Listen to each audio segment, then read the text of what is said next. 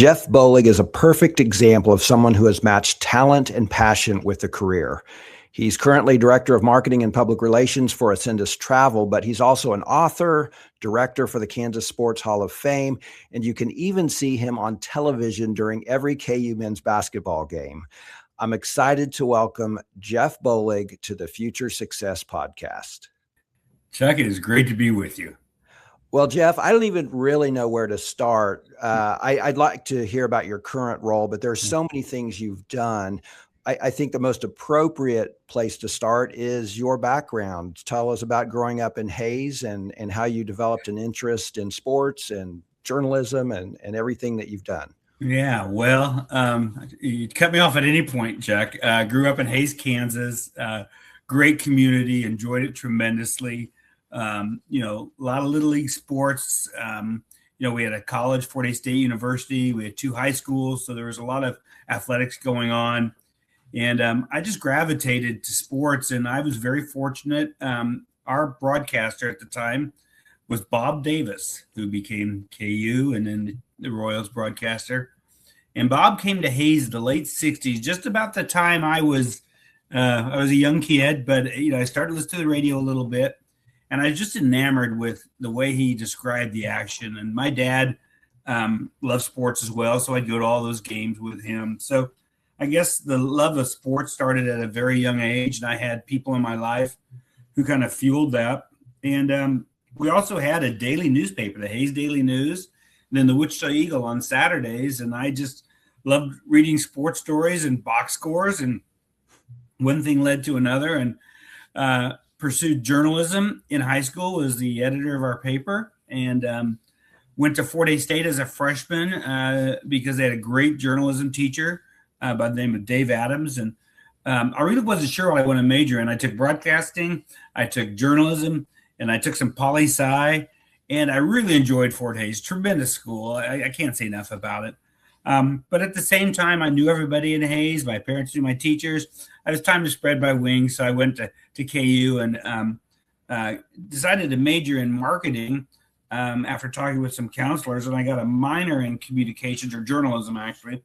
So I kind of mixed those two. And I guess the big start in athletics from a professional standpoint in career was I worked as a senior in the sports information office in the athletic department, which is kind of the communications arms of athletics, and really fell in love with it. So decided to turn down a lucrative job offer with the Federal Reserve Bank to go earn $150 a semester at Wichita State as a graduate assistant in their athletic administration program. And then the rest of history, went back to KU. I did an internship, got a full-time job. After working at KU, went to the Big 8 conference, worked for 6 wonderful years there. And then I took a little bit of a turn, went to work for an association based in Lawrence, a tremendous organization, the Golf Course Superintendents Association of America. And then from there, went to work for the Olathe Chamber of Commerce as Director of Marketing Communications. Great people, loved it, a great opportunity. And then I'm here with Acendas Travel for about 10 years now. So that is, in a nutshell, is my career. And I want to dig into some of those other things that you've done. Yeah. Tell us what you do currently with Acendas. Well, I'm our Director of Marketing and Public Relations, and Acendas Travel is a full-service travel management company. So most of our business, I'd say 80%, is corporate travel. So those people were going out to sell, meet, drum up business, technicians. We have about 400 clients across the United States, mainly focused in Kansas City. Then we also have a very successful vacation leisure travel arm. And I always tell everyone that if you're a Ted Lasso fan, one of our vice presidents is Kathy Sudeikis, Jason's mother, who's also the sister to the late George Wendt, who was Norm on Cheers. And so we have a very successful business in Kansas City. We're part of the BCD travel family. So we have connections with great technology and international travel. And so it's been rewarding for the past 10 years to work for Acendas Travel. Great. Well, you mentioned sports information, and one of the things I like to tell our students, and this doesn't apply to everyone, this is for me specifically, most of what I learned to prepare me for the jobs I've had after I graduated from KU actually happened in work-based learning experiences, internships, Right. and um, I was a freshman and started as a manager for the women's basketball Right. team at KU. And so I got to know you and the team in the sports information office. And then when I was a senior, I also had the opportunity to be a student assistant in the sports information office. And that's where I learned a lot of what I needed to learn to be successful after college. It wasn't necessarily in any of the classes. It was working with Jeff Bollig and learning from you and Jeff Cravens and Doug Vance and my fellow students, which also led to opportunities at the student radio station. Yeah. So tell me about your time in sports information, which was a great match for your passion for sports and your ability in journalism. And you mentioned you went on to Wichita State, but then you came back to KU as I can't remember the title, if it was assistant sports information director, but can you tell us a little bit about that when you came back to KU, your alma mater, working in sports information and some of the really cool things that happened during that job? Because a lot of people don't know that job exists, and it's just such a fascinating opportunity to be a part of sports history. And so can you tell us a little bit about your experience there? Yeah, Chuck, I feel when anytime you work in communications, you're a mile wide and an inch deep. You have to know a lot about everything, but you don't have to be so in depth because, in our job in sports information or my communications jobs, my job has been to interface with the media. It's been to create content that we put on our own platforms. So much has changed, Chuck, in the communications world. When I came to KU and as a student, we didn't have computers. We were doing electric typewriters and using whiteout. And then all of a sudden we got a mainframe computer and we could start doing word processing. And then a little later we did desktop publishing. And then our statistics were made computerized. And then all of a sudden we got this thing called email, and I left KU in February of 91.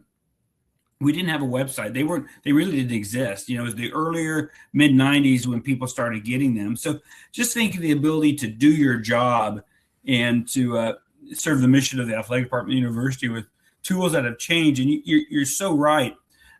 You learn so much on the job by experiencing things. I think formal education provides a structure. It matures you. It challenges you. But really, it's the continuous learning. And I don't want to jump ahead too far, but I think that's probably the biggest thing that I would tell young students today is that you really never stop learning. And continuous education is your key to success. I look at my job, I did not learn how to edit video in college, but I have on the job. I did learn how to design using the Canva format in school, but I did on the job. There's just so many things that I have learned continuing.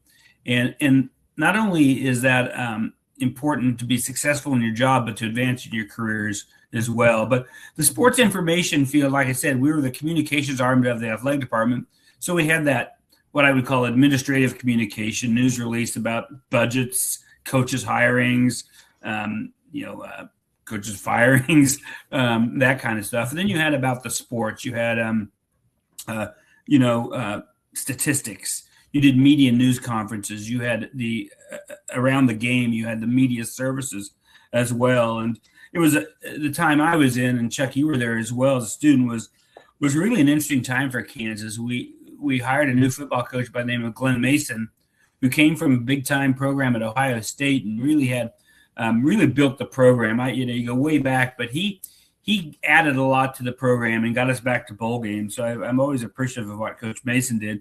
But there was also the time when we won a national championship in basketball, and then we welcomed this assistant coach from North Carolina, Roy Williams, and just tremendous change at the time and growth in the athletic department, and obviously great athletes. So it was just a wonderful time, I think, for KU, and it was the start of something really big. Really, you can go back to the 83-84 season when they hired Larry Brown, but just the growth of basketball. And I saw a stat the other day, and not counting this year, but Kansas leads the all-time list of 20-game consecutive winners in men's basketball with 37, and I believe the next closest is 20 with Gonzaga. And then I saw that, wow. And I don't know if you look at any sports program, you may go Division III, Kenyon swimming, but if you go back and you look at Duke basketball, Indiana basketball, Nebraska football, Notre Dame football, each of those programs has had a significant dip where they missed the postseason or had a losing record. Kansas basketball has not, and that is just amazing. It's really important, I think, to Kansas fans to maintain that legacy. But one last thing I'll say, Chuck, as a young assistant sports information director, I was the communications contact for the men's basketball team. And one thing is Larry Brown always likes to take the teams back to New York to play in tournaments. And that's where I got to meet some of the legendary sports writers who have retired within the last 10 years, Bob Ryan, Dick Weiss, Mike Lupica, Bill Roden, the list goes, Dick Schaap, Jeremy Schaap, the list goes on. And that exposure to those newsmakers and those people of such high quality really helped catapult my career in many ways. Well, and you've had such a multifaceted career. Mm-hmm. We talked about Acendas and what you're doing there with marketing and public relations, but you have continued to be a major part of Kansas sports history. You mentioned the statistics regarding the success of Kansas men's basketball, but you have a wide view of just Kansas sports history. And I'd like for you to just tell us a little bit about the Kansas Sports Hall of Fame. You're the chairman of the board of directors for the hall, and it's something that more Kansans know about, I think, when they move to the boathouse. But tell us about the hall and what you do, the mission, and how people can learn more about the amazing athletes that are enshrined in the Hall of Fame. Sure. Well, Chuck, I love Kansas. I've lived here my whole life. I'm a flatlander. I love getting in my car and driving. I love pulling off at some little restaurant, Guy and May's in Williamsburg, or some Greasy Spoon out in Luray, Kansas, or I just love Kansas. And one thing I realized coming up to KU and just researching sports is just how many great athletes the state has produced. And I said coming up to KU, so I knew of Gale Sayers and Al Order and Wilt Chamberlain and Clyde Levellet and Lynette Woodard. And then I started looking at Kansas State, and I'm thinking, wow, Bob Boozer, Earl Woods, Tiger Woods' dad, played baseball. Just tremendous. And then Wichita State as well, and then the smaller schools. And I always tell people, I said, if you look at probably three of the best running backs in the NFL, Gale Sayers, Barry Sanders, and Darren Sproles, they were all born in Kansas. So Kansas has had tremendous athletes and tremendous people. And so quite naturally, my interest in serving on the board for the hall was to help promote that. Our mission really there is to honor, educate, and inspire. So we're honoring those outstanding people who made a stop in Kansas or were born in Kansas. We inspire others to achieve and excel in the same way that these did, either in sports or other walks of life.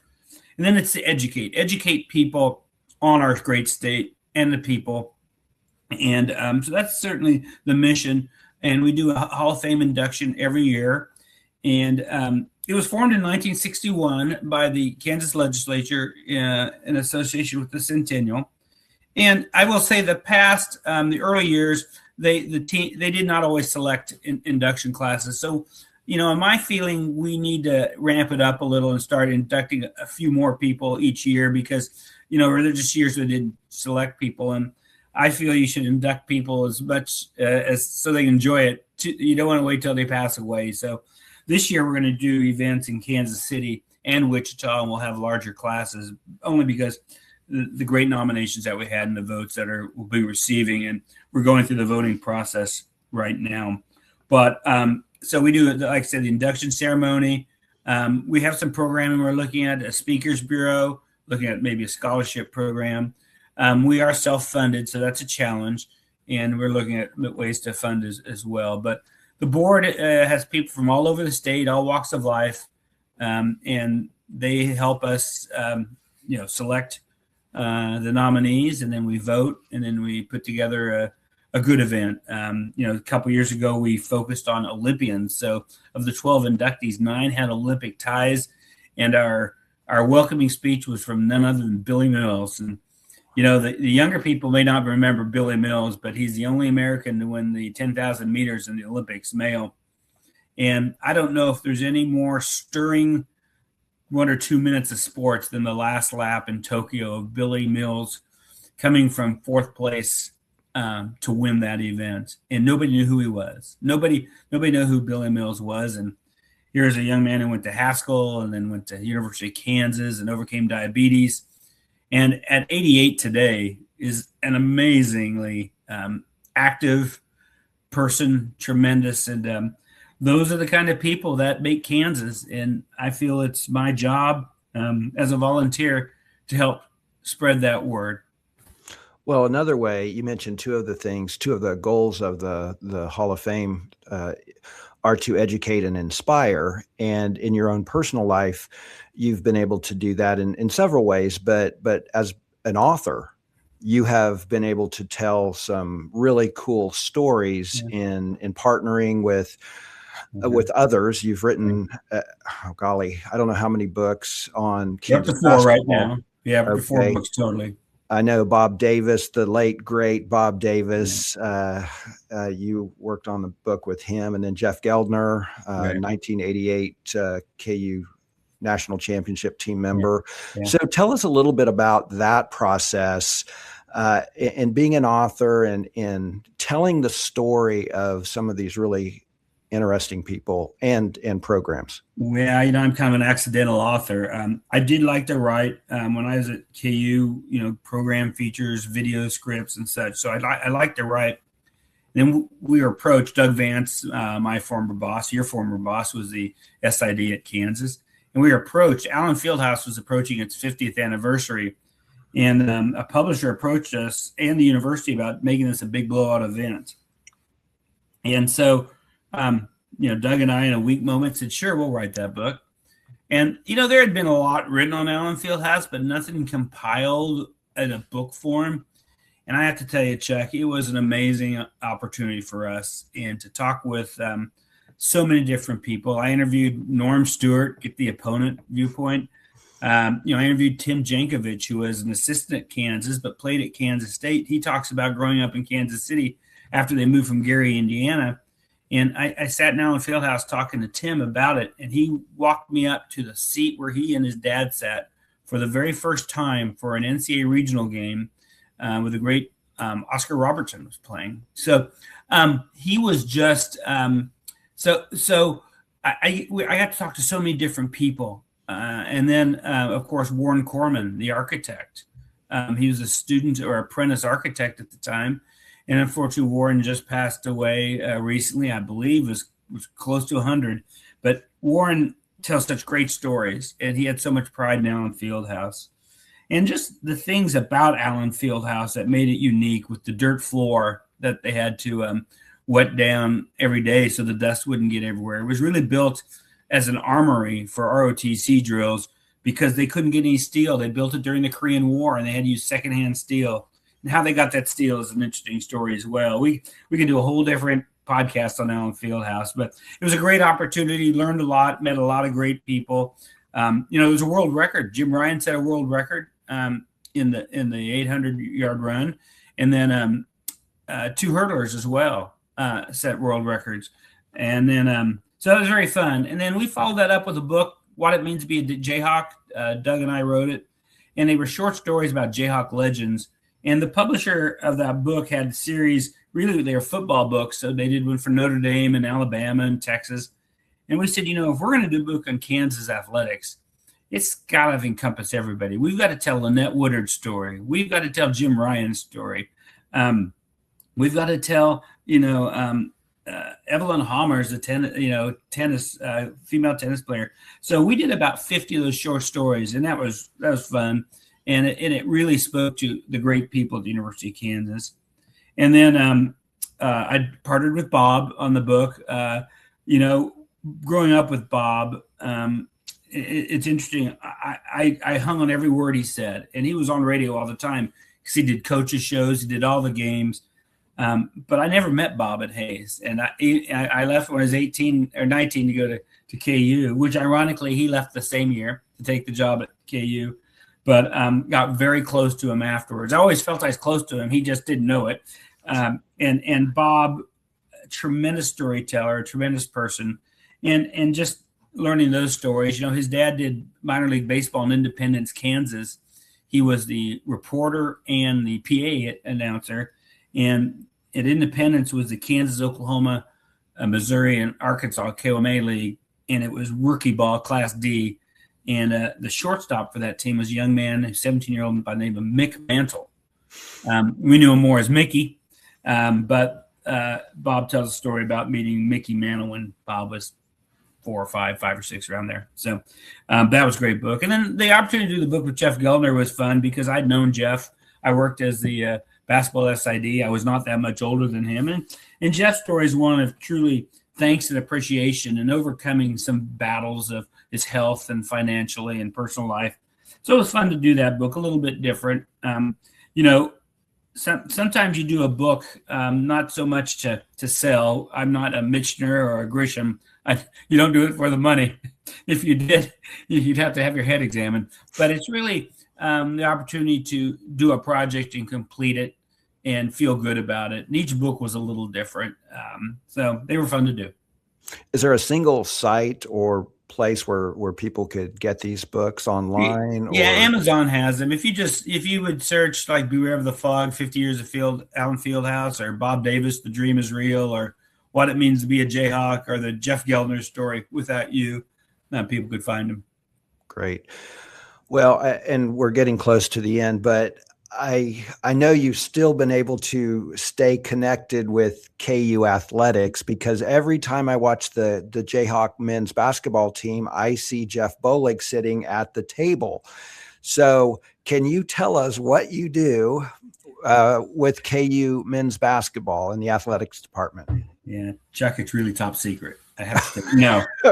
Okay, we'll edit this part out. My title is the timeout coordinator. And I am near center court on the scorer's table, and I'm connected to the production truck. And if anybody has been inside a production truck, it's a semi-trailer where they pull it in from wherever they've been, and they plug into all the wires that go in the field house. And on the wall are all these different little monitors. And one may be a replay monitor, one may be a graphics monitor. There's 7 to 15 different camera monitors.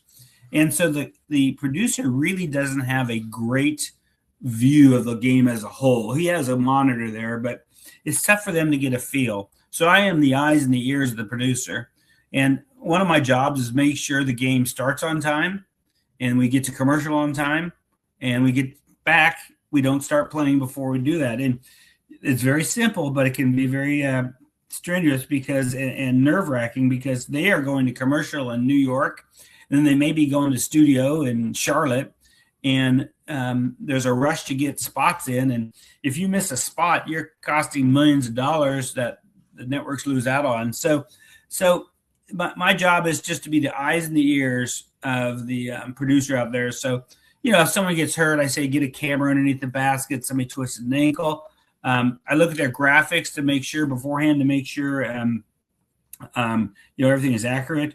And then I also sit by a replay person. It used to be all the replays went through mine as well, but they developed a technology that allows you to do replays, and it does not allow all the camera views to go in there. So my job is to help load more of the views in there and help the DV sport operator with replays and the officials as well. So, it's not a tough job, Chuck. I've been doing it since about 1990 when I worked at the Big 8 Conference. And then I did it full time for KU when I left the Big 8 in 96. So since 96, and we had our 1,000th game in Allen Fieldhouse for the men the other day. And I just did a really rough estimate. I think I've done 625. So Yeah, it's hard to believe, but what a great ride it's been.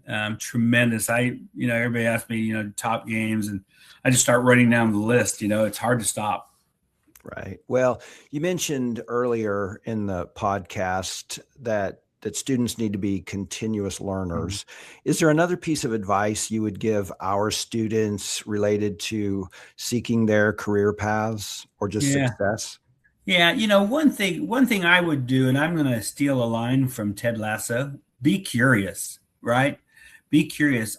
I found myself to be curious. I find myself to be curious today. I am a huge fan of the DIY videos online about how to repair things. I just, or how do you get something, or how do you fix it? How does this happen? So, my suggestion would be curious, and students at any age should be seeking out to learn. So that would be number one. I think number two, every experience you have is an opportunity to learn and to meet someone.